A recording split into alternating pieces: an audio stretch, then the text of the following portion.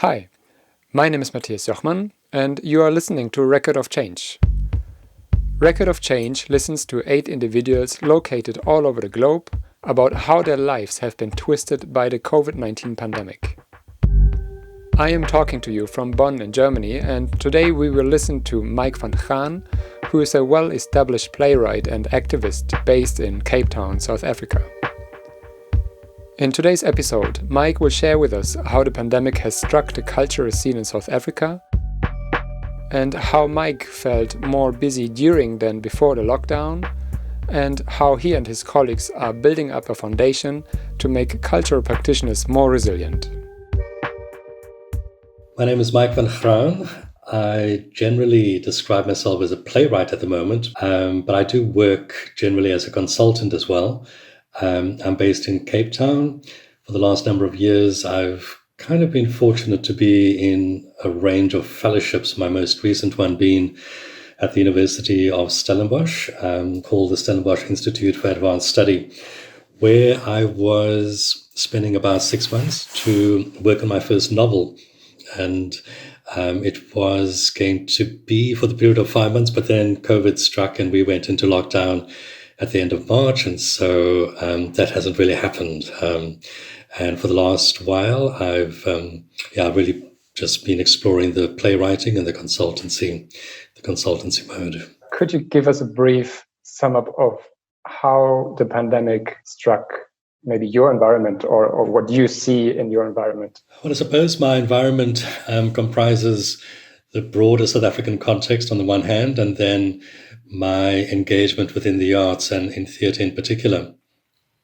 And within the broader context of South Africa, I think what the pandemic kind of just emphasized was something that many of us have known for a long while, that since 1994, which is when the country shifted from being an apartheid state towards being a more democratic, more equitable country in terms of our constitutional vision anyway, the reality is that we've become a lot more unequal. So over the last 26 years, the gaps between those of us who are part of the middle class and the like, and those who are on the margins of society have just increased. And I think that what the pandemic has shown was just how great these inequalities are, because in terms of how we are supposed to prevent the coronavirus from spreading, those of us with access to resources are much more able to buy sanitizers that have the requisite alcohol base.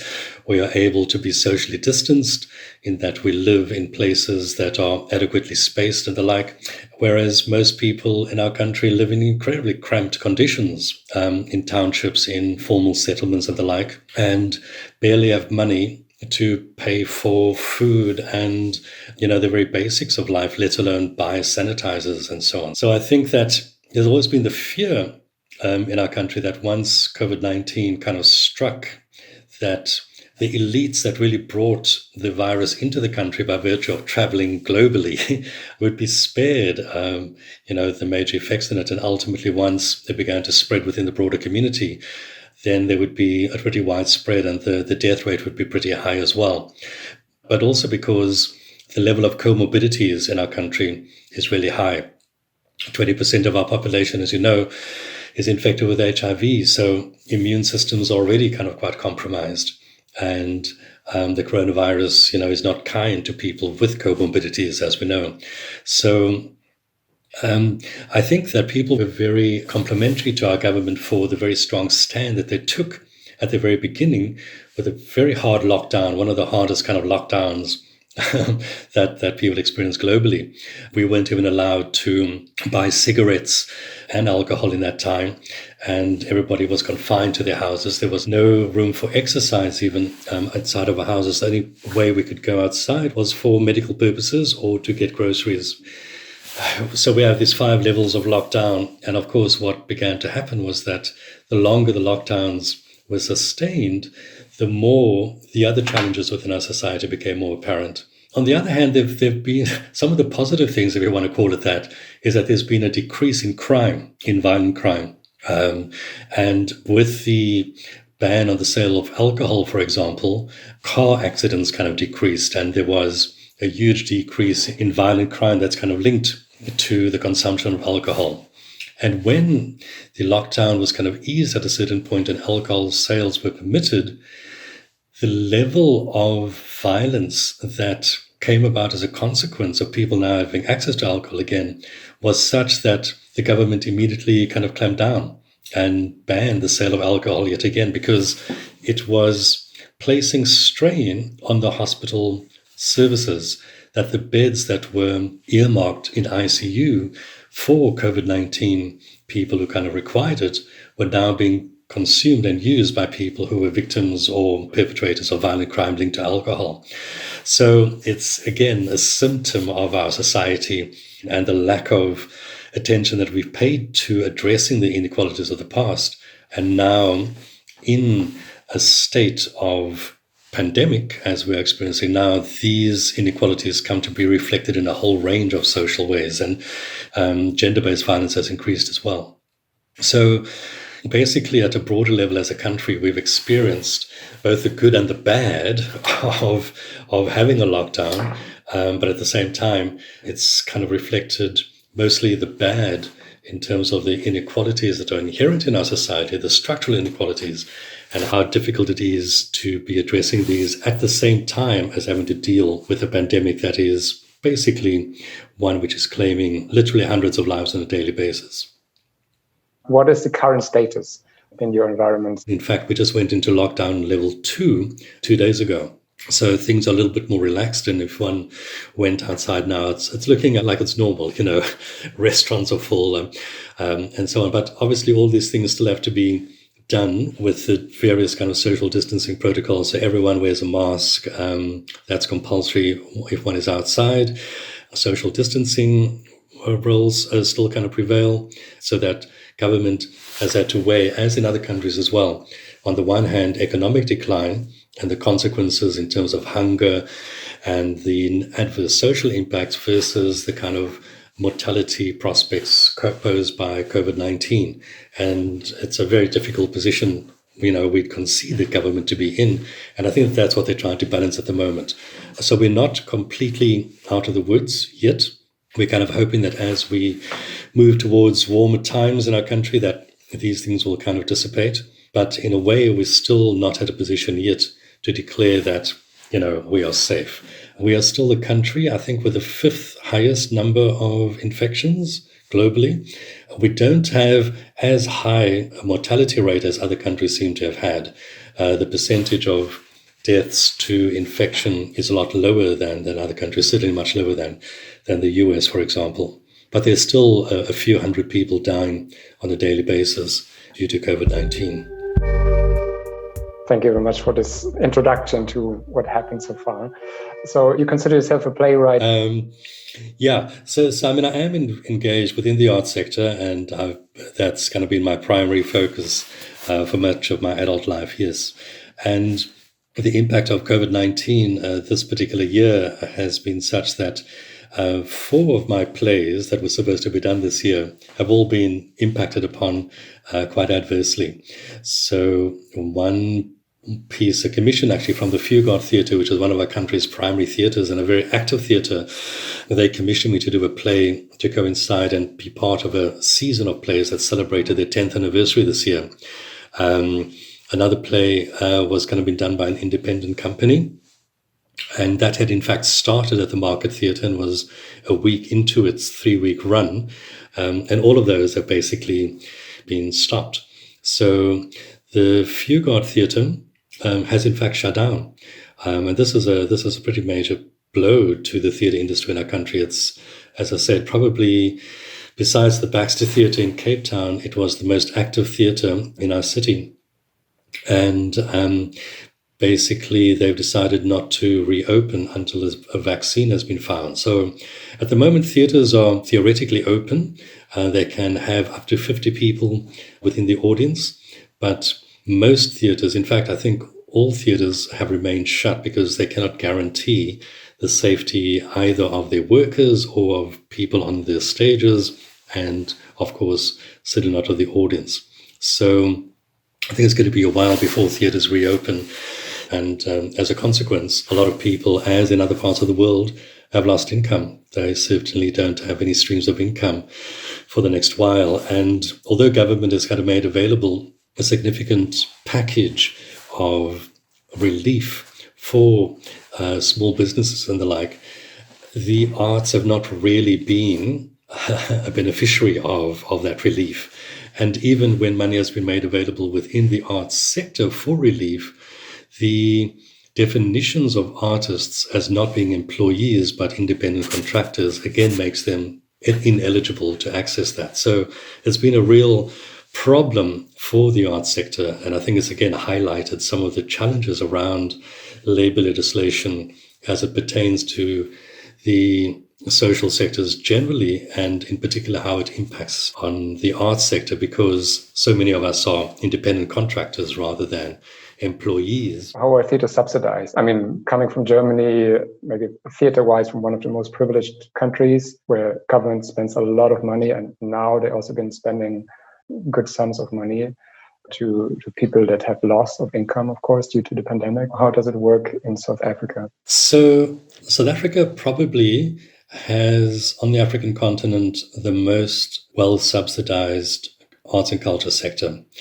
And it is significantly more subsidized by public funding than was the case even under apartheid. So when those of us were engaged in arts and culture kind of policy advocacy as the country was changing, we did not expect that our government would, at that time, make more resources available for the arts, given the other major legacies of apartheid that our society had to deal with.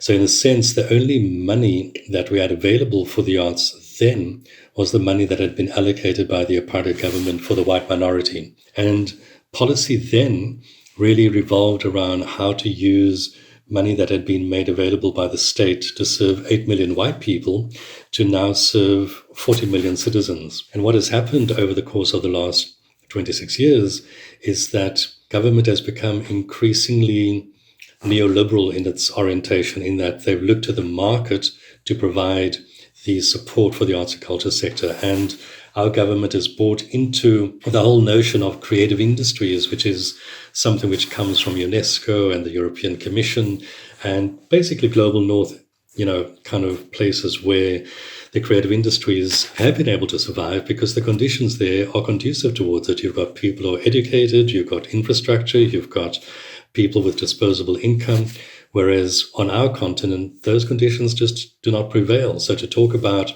creative industries, which require markets with disposable income and the like, means that you basically are making the arts available to people who are part of the elite. So it's a long answer to your question. But essentially what government does is it provides money for the infrastructure and for the people who run that infrastructure, but not money for anything to happen on the stages. So you've got significant amounts of money allocated to infrastructure, but very little money allocated to the actual production and distribution of theatre. And that's what the challenge is in our country. So a lot of us are kind of involved right now in trying to change those policies again, to come to a point where, we revisit policymaking and see money as being much more necessary to fund theatre makers and dance companies and dance and theatre companies than to be funding infrastructure, which is just, monuments to what governments prefer. They prefer infrastructure because for some of them that means a whole lot more than funding that which is produced and taken to where people are. I mean, so many of these buildings are located in places that are inaccessible, and that given our very poor transport systems, people don't access them at night. And this is partly why policy needs to change and shift the allocation of funding towards where theatre is really being created and distributed at the moment. You seem a bit overwhelmed now with so much new information, because I honestly didn't have much of an idea. So I read in one of your texts that you would like to take this current weird time to rethink culture and how can culture and the arts be more self-reliant. So what happened with my experience of my own kind of productions being curtailed was that although they weren't my productions, they were my plays, but other people were kind of responsible for them financially. But I have, by virtue of being around a lot longer than these young companies, I've got a network of people who've come to see my plays in the past, and a network of what I've kind of called angels who support my work. So I, for a while, have made a decision not to go to the public sector to look for funding, and not to go to the traditional ways but to go to individuals to support my work. So individual patrons and the like. So I basically, said to the actors and the technical crew of these plays that had now been cancelled that I will seek to raise money from my network. And when they required money to pay their rent or to cover their data costs for their mobile phone or to pay for food, they should let me know and I will make money available to them.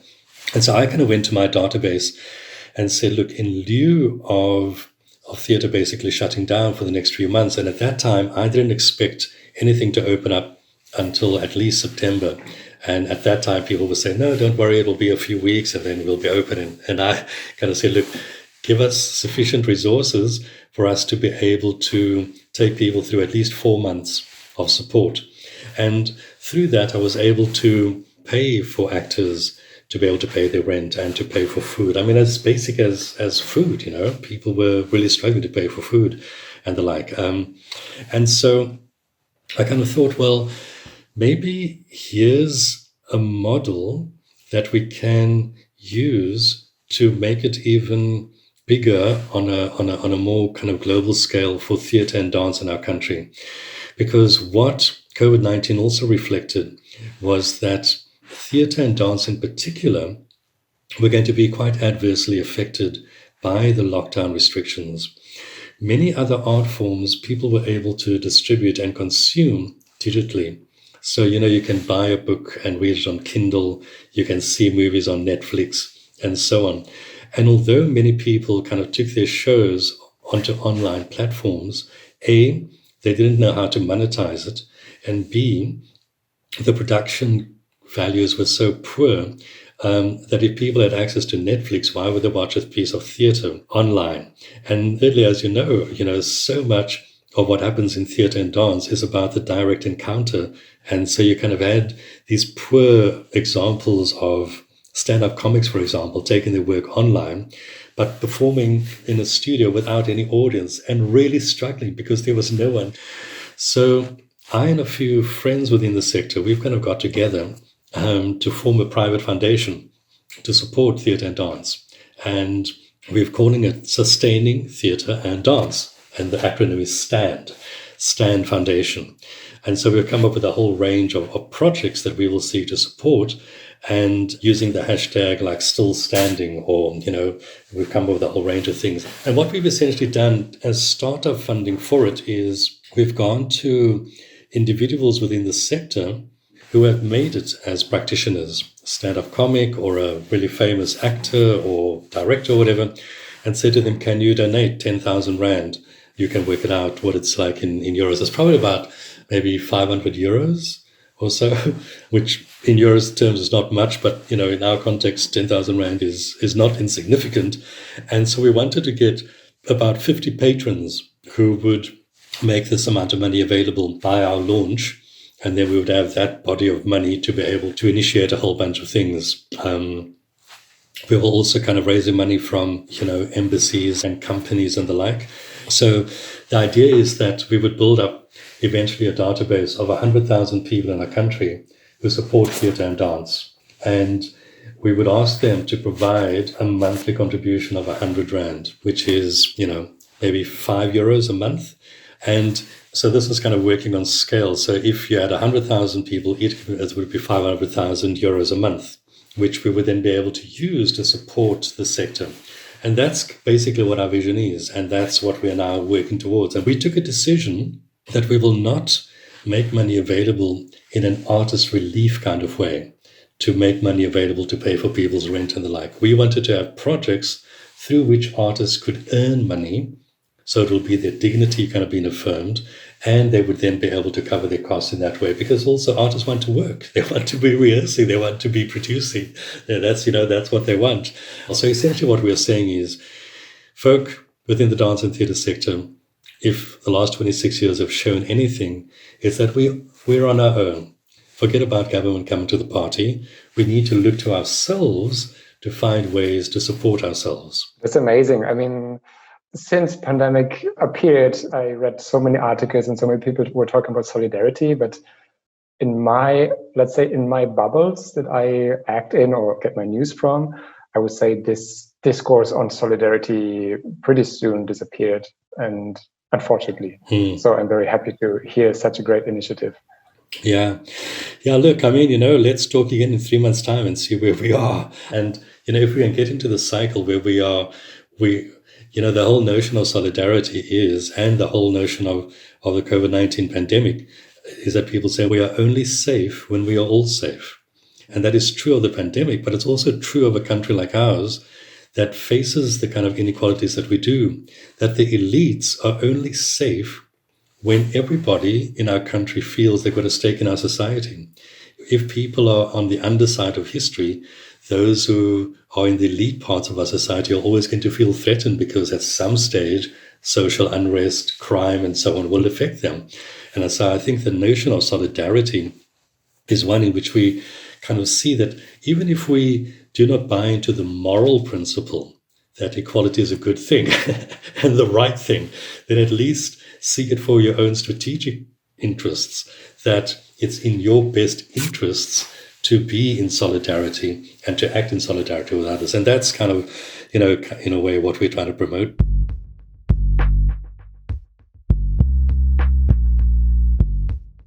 It sounds like you're super busy with this. And I was wondering, because I read that you were writing a novel, actually.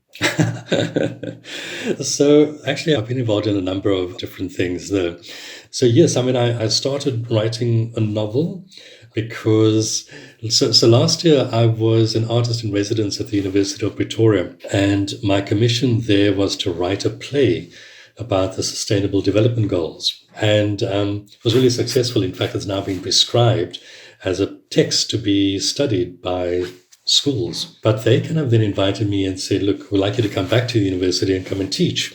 But for that, you need a PhD. And I mean, I'd never seen myself in academia, always avoided it because it's not part of reality for me. I'd much more prefer to be kind of engaged in what was happening. But I said, okay, let's look at it. I'm getting older, so maybe this is not a bad thing.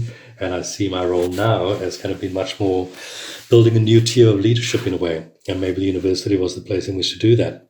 So I'd had this fellowship lined up to do this novel, told them about it. They said, well, make it part of the PhD, write a novel and do the PhD in creative writing.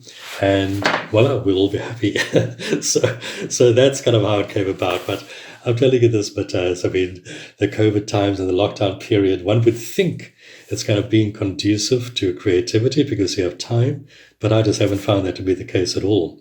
It's really not been an appropriate time to sit down and particularly try to write a novel. It would be my first time and I'd need to give it more thought than writing a play. So if I got you right, you couldn't use the time in lockdown because you didn't have time, is that right? Well, this has been one of the ironies of lockdown, that one thought one had more time, but what has also happened is that Zoom has kind of taken over our lives. One thing ends on Zoom, the next thing starts 50 minutes later. So in fact, our lives have kind of sped up, which is like really bizarre.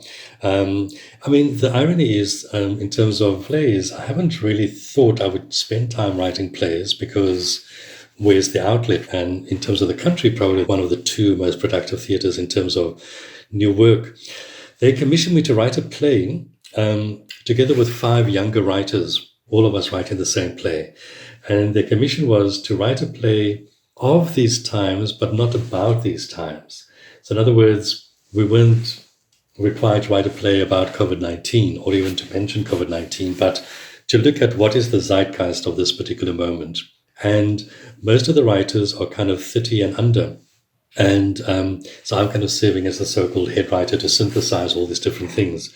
So we've been meeting every Monday, for 2 hours on different writing exercises and seeing kind of what emerges. And it's been fascinating because we're now kind of at the end of that particular process. But even for these younger folk, it's the theme of mortality is the one that has come up in all of their writing.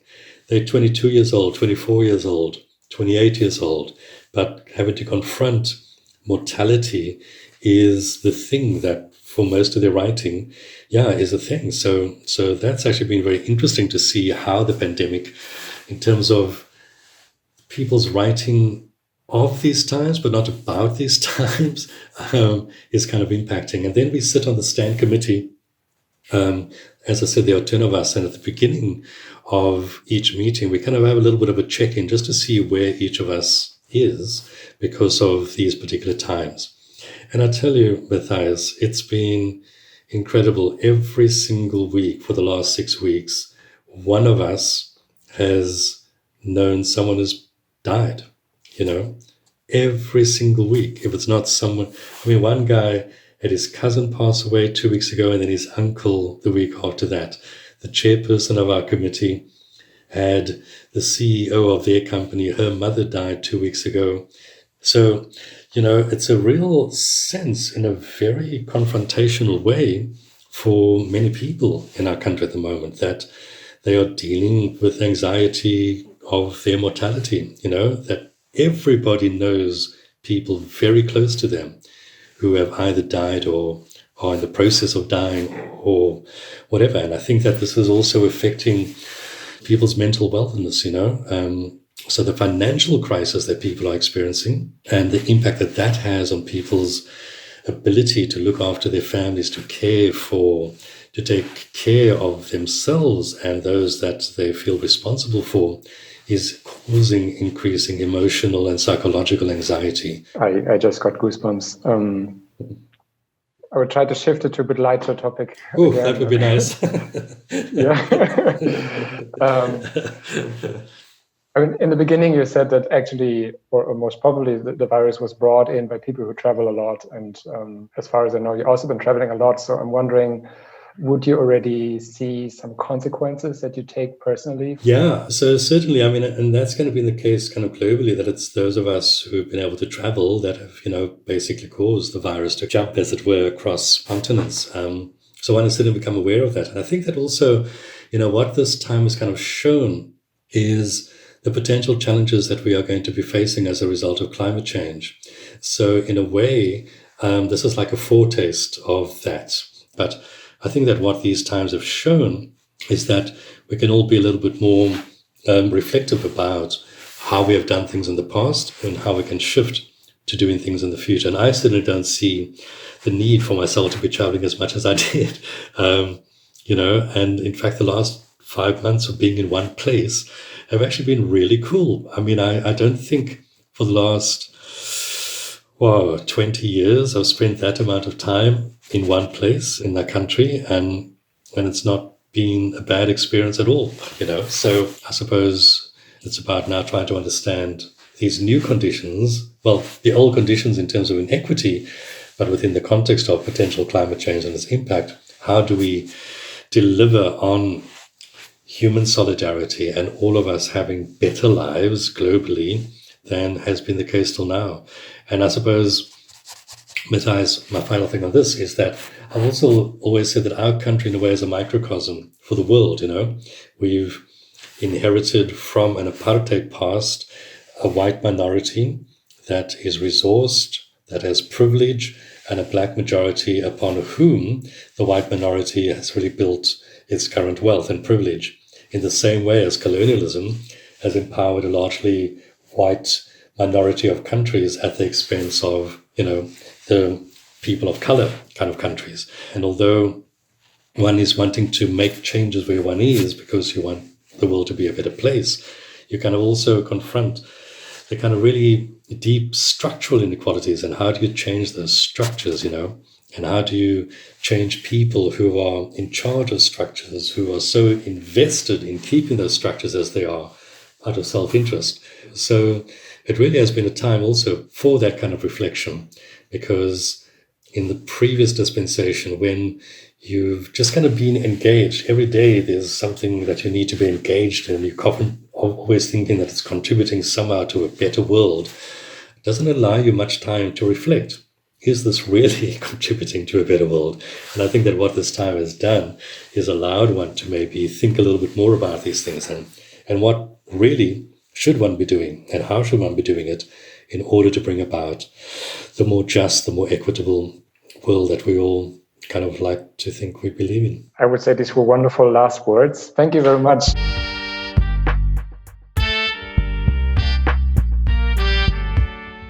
This was episode 5 with Mike van Graan.